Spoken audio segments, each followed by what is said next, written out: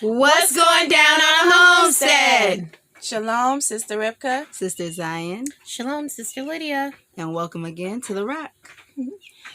Today we're going to be showing you a couple of things here inside today that we've been working on and what we have going. Do you want to say something? Okay. Shalom, we're back. And right now we're going to be showing you some of the things we do here on the homestead.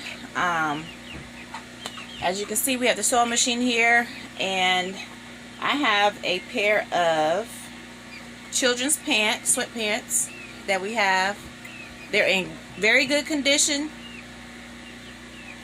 but as you can see, they have a small hole here, and so we are going to just repair that real quick. And that's what we do with a lot of our clothing here on the homestead, being that we do a lot of the work outside. And I mean, basically, we here on the homestead, we stay dirty a lot. We do a lot of hard labor, children and adults. A lot of the clothing we are not quick to throw away. We are not quick to get rid of. As with a lot of the things here on the homestead, we recycle a lot of things. And we reuse them. We reuse what we can. And especially with the times coming up, we're not quick to throw anything away that we may can utilize for other things that may be helpful to us, so that we can save money, save our master money. The sisters and we are teaching the children to be resourceful and also not to be wasteful. So a lot of the clothing here, these are perfectly good pants. They just need to be sewn here in the crotch area, the little hole, and they're good to go for the children to wear and keep warm, especially for this winter. We have a jacket here, perfectly good jacket. It has a small tear here that can easily be sewn up. We here on the homestead also, we don't necessarily care about how we look, especially when we're working, or just here on the homestead as a family. As long as we're warm in the winter, in the summertime, we're comfortable.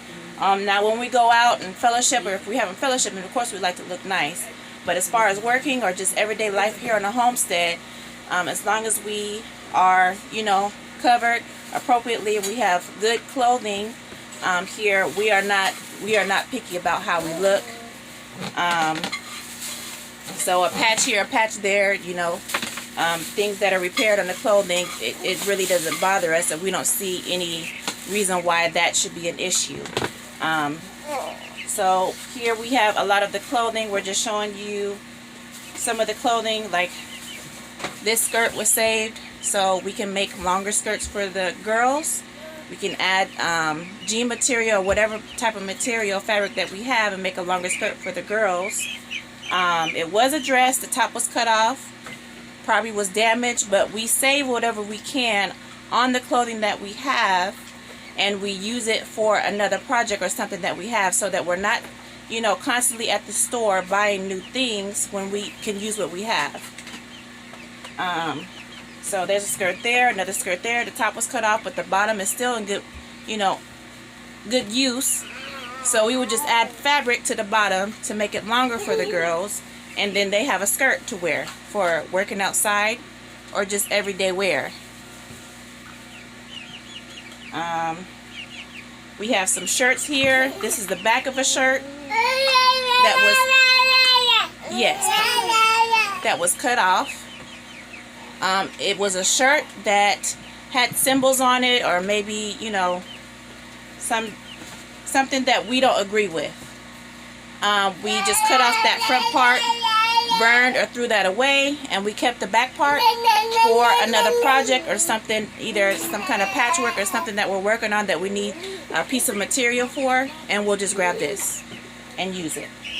So we have various things like that. We have bins of clothing that way. We cut off the buttons and everything off of clothing. Also, if they are severely damaged and we can't salvage them, we will remove the buttons off of them and keep those for future use. If we need a button, we have buttons that we have saved from previous clothing, so we don't have to, our master does not have to go out to the store and buy buttons, because we already have some saved from clothing that we already had in our household. So those are ways that we save money for the household, that we save money for our master, which also pushes our master's vision for self-sufficiency, and also he's able to use the money that we're saving for him for other projects on the homestead, such as, you know, well, food for us, anything that we need for our household, building materials, building materials for our animals, food for our animals, and things of that nature. Shalom, we're back. So we had a little bit of technical difficulties, if you want to call it that. The machine was set up for some other projects that we've been working on, and it needs to be rethreaded and the needle changed. So instead of doing all of that, we're going to just do a quick hand sew on this repair. But we're also just going to wrap up what we've been saying about pushing our master's vision, and how us as helpmeets are doing that here on the homestead, and what's going down on the homestead. Did you want to add anything? Yes, but I think Ripka explained it pretty good.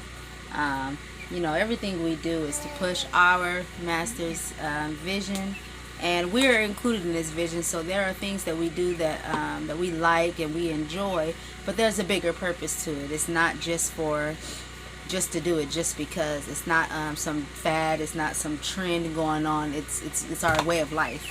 And you know, he has a big vision.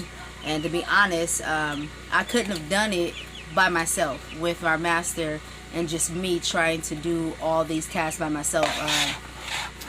I needed help. And when Yah blesses a man with a vision, you know, he need other helpmeets to help accomplish that vision. And so it's been great having helping hands, having my master's helpmeets, additional helpmeet here to help us take on the task that we have before us. I mean, when it was me alone, I was swamped. There was always things to do, and it's like you never had enough time to catch up. And unless we want to keep moving at snail's pace, you know, we're not going to get anywhere in the time frame that we needed to. And with these times ahead of us and the way things are looking now, it's been a real blessing to have more people putting their hands to the plow and getting the job done. And I'm sure Ripka could probably tell you, even with her helping hands, yes, how much more easier is it now that we have another more hand. Easier. Yes. Much more easier. Yes. So, and I think it's a good thing for additional helpmeets to know in joining a man, especially a man of Yah, he's going to have a vision. These are not visionless men, and they need helpmeets to help achieve that vision. And you don't know how many helpmeets they may need to achieve that vision, but if you are looking to join a man's house and you want to be his helpmeet, you know, you have to be willing to know what his vision is, seek out what his vision is, and be ready to put your hands to the plow and work with those helpmeets that he already have to get the job done. Yes. And our master has a big vision, so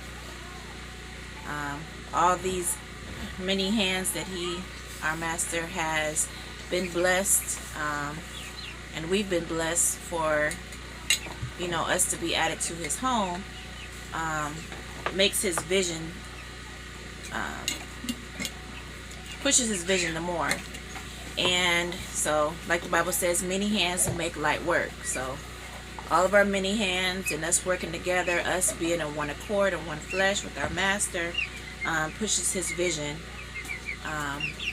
all the more. And as Sister Rivka just said, being on one accord, it is a big thing that all of the helpmates are on one accord and are working towards a genuine sisterhood.